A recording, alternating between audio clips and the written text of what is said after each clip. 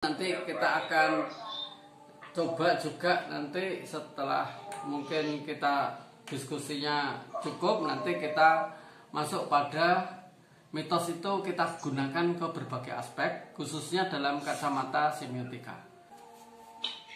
Baik, silakan Rizky dan Rizka. Saya sendiri, saya R dengan Mbak Rizky. Nah, di sini materi kami itu adalah analisis mitos. Untuk diterapkan di semiotika. Ya, yang pertama, jadi yang pertama mitos kita tahu awalnya adalah merupakan cerita-cerita yang dianggap ada kebenarannya oleh masyarakat itu ya, seperti Nyoloro Kidul. Mitos untuk memahami manusia dan lingkungannya awalnya ya. Mitos itu terjadi. Kemudian yang ketiga, mitos itu sejenis ungkapan untuk komunikasi. Keempat, kalau mitos periode kuno itu ceritanya panjang-panjang ya. Kalau ditulis itu mungkin bisa 20 lembar atau 30 lembar, tetapi mitos yang sekarang ya, mitos kaum borjuis terutama ya, itu kadang-kadang narasinya tuh sedikit pendek. Jargon-jargon itu juga sebagai pengganti mitos. Kemudian kelima ya, mitos merupakan semiotika tingkat konotasi. Jadi nanti mitos itu merupakan, kalau di teori semiotikanya Barthes itu level kedua. Kita masuk ya berikutnya ya. Nah, ini, ya. Proses penelitian mitos pada semiotika ya. Jadi tadi literasi mitos itu bagaimana dianalisis, tadi yang Rizka jelaskan bagus ya. Analisis mitos berubah menjadi distorsi. Jadi ada distorsi. Tadi yang dijelaskan kan dianalisis toh. Gimana toh masuk perempuan sama mobil gitu kan, hubungannya apa gitu ya. Mitos dikembalikan pada posisi awal tanda denotatif. Ya, denotatif apa yang ditunjukkan gambarnya dan seterusnya. Tapi yang ketiga juga tadi mampu merasakan mitos. Ya, kita sebagai peneliti yang terakhir, yang konotasinya tuh juga kita nikmati ya. Kita jangan terus menolak ya. Jadi kita anggap kosong aja. Oh kayak gini toh. Oh ya. Ceritanya kayak gini ya. Oh produk kayak gini tuh bisa begini dan seterusnya. Yang berikutnya mitos itu mampu menaturalisasi wacana. Jadi itulah kehebatan mitos ya. Apa yang sudah ada itu kita bisa hantam menjadi natural. Kemudian bisa kita arahkan kepada hal yang lain. Kemudian yang mitos itu kalau kita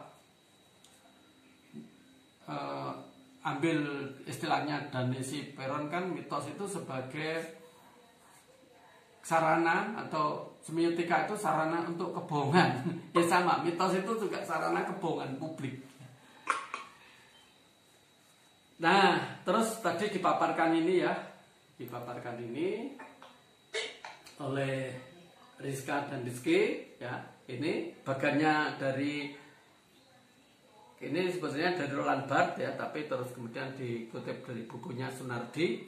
Kemudian ini prosesnya ya. Kalau mau proses analisis mitos diterapkan di dalam seni pertunjukan pakai gambar ini. Nah, saya contohkan contoh analisis mitos pada gamelan sekaten. Ini ada gong, itu semula ya sudah alat musik yang paling besar gitu aja. Tapi diisi mitos. Wih, kamu kalau dengaran gong, ya kan, kamu bisa sejahtera loh, kamu bisa awet muda loh. Wah, ini masuk. Ini jadi sistem maknanya berubah karena ada sistem mitos, ya. Kamu awet muda, kamu dan seterusnya ya. Banyak rezeki, kesehatan, ya, yang mau ujian lulus dan seterusnya. Ya. Boleh. Nah, gitu. Besok ujian jam 7, ya, jam 9 malam malah nonton sekaten. Padahal unas ya. Oke ya, itu ya, jadi gitu ya prosesnya. Nah, saya contohkan lagi.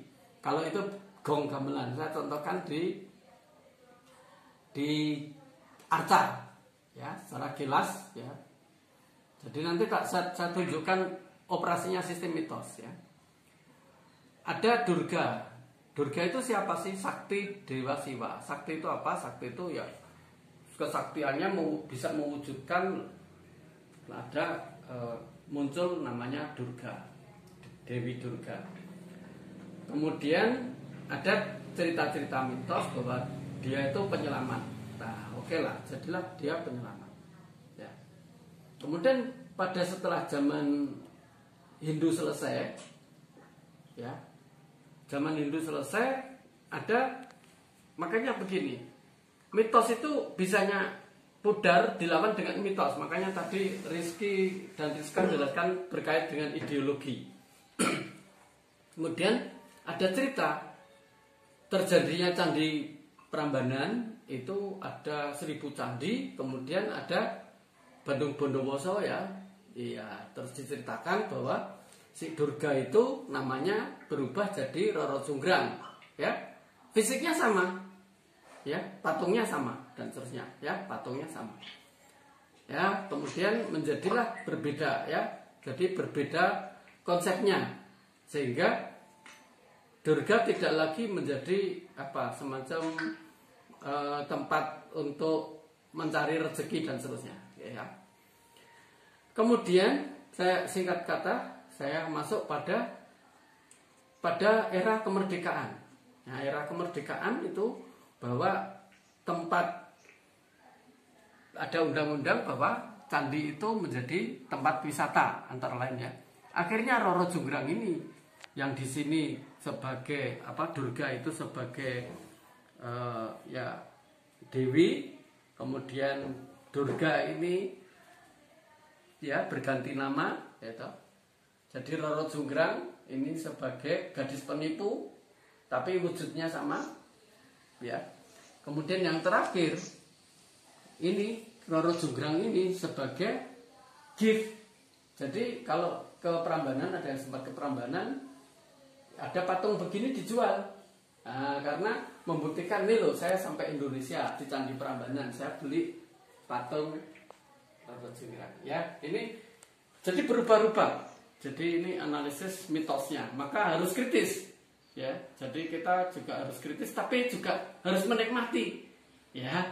Loh, kalau posisi ini kita nikmati, ya, posisi ini kita nikmati. Sekarang posisi kemerdekaan era pariwisata kita nikmati lagi. Oke, itu ya yang berikut. Kemudian saya berikan contoh yang sekarang. Nah, sekarang, gitu. Sekarang ini terjadi itu tadi, ya, mitos yang dibuat dari kalangan apa, kapitalisme, atau mitos atau ningrat, atau mitos yang dari rakyat jelata, itu juga bisa terjadi. Kita bicara kasus corona. Corona ini gambarnya, ya, virus. Wah, virus apa sih aslinya? Itu virus corona asalnya Wuhan, Cina. Oke. Terus terjadi cerita-cerita, kan? Ya, terjadi cerita-cerita, ya. Maka ada operasi sistem mitos, ya. Makanya ini sengaja bagannya Roland Barthes tidak saya hapus, ya, tetap di situ. Hanya ini saya kasih kolom-kolom yang berbeda. Kemudian namanya tetap corona, ya, corona. Terus bahwa di sana corona itu ini hampir habis, nggak apa-apa, ya.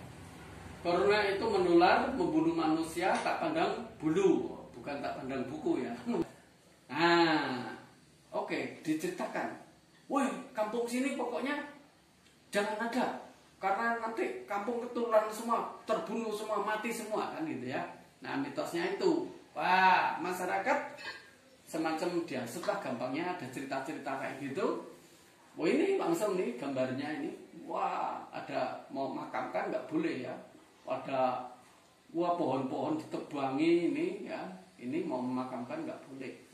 Nah, oke, ya, oke, jadinya yang sini berkembang adalah corona, virus pembunuh manusia, tidak boleh dimakamkan di kampung X, logikanya, ya. Berarti nanti kampung X ketularan semua, mati semua, pelan-pelan, ya. Jangan mau kita mati semua. Nah, untuk begini nih, apapun, jadi kita, ya, banyak, ya, termasuk ideologi apapun ya, kasus-kasus logika mitos menjadi ideologi atau yang lebih tinggi dari itu ya. Makanya kita hidup itu perlu rasional karena kita dianugerahi Allah untuk kita kasih berpikir rasional ya. Untuk kita gunakan ya untuk ke Allah dan untuk sesama ya. Jadi kita harus rasional juga tadi, maka perlu literasi kritis terhadap mitos. Nah, nah ini kalau di dalam rumusnya, kalau cuma jangan ini nggak akan mempan. Ini harus dilawan dengan mitos juga. Nah, maka banyak pejabat melawan mitos ya. Pejabat menghadiri pemakaman, nih saya menghadiri pemakaman, saya juga nggak ketularan ya, sampai sekarang nggak ketularan ya. Aman-aman saja. Ada yang penggalinya malah dicium keningnya, nggak apa-apa ya. Ya karena ada konsep lain ya, bahwa ketika sudah di plastik, di prosedur secara medis dan seterusnya, itu tidak akan, bakterinya tidak akan bisa menyebar ya. Nah, terjadi makna baru, pemakaman jenazah COVID aman, nggak masalah. Nah ini ya contoh yang paling baru ya. Jadi saya simpulkan ya, mitos merupakan alat sistem tanda. Mitos berlaku pada semiotika level 2. Jadi tidak langsung denotasi gambarnya terus yaitu ya, tapi dia akan setelah operasionalisasi sistem mitos berarti ada makna kedua tadi yang baru ya. Nah, kemudian mitos menjadi makna konotasi. Nah, kalau kita telusuri jadi artinya jadi beda, jadi konotasinya apa? Maka di dalam sistem Roland Barthes ada, kita mencari makna denotasi dulu, baru setelah itu kita gali mitosnya, ketemu makna konotasi. Analisis semiotika mitos Roland Barthes berarti menelusuri mitos-mitos tadi ya, makna awal apa, kemudian distorsi ya yang ada bagaimana secara tadi analisis kritis terhadap mitos dan situasi masyarakat, kemudian makna akhir apa. Nah, jadi kita menelitinya itu pakai bagan tadi, kemudian narasi-narasi di belakang itu kita hubungkan semua. Nah, akhirnya kita ketemu makna ya, makna yang kita cari sekarang ini. Nah, apapun, jadi kita bisa mencari makna apapun, baik itu makna drama, makna tari, makna rupa, makna lagu dan seterusnya ya. Baik, ini karena hampir 5 menit lagi ya, saya kira itu.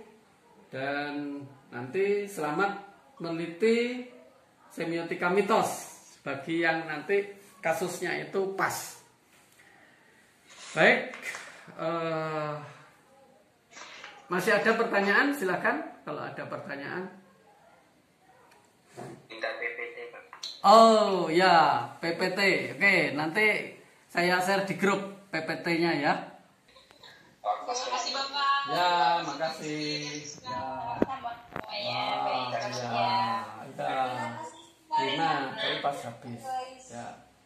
Love you all. Oke, baik ya. Sampai jumpa lagi minggu depan ya. Ya. Ya, Pak. Ya. Semoga sehat selalu. Amin.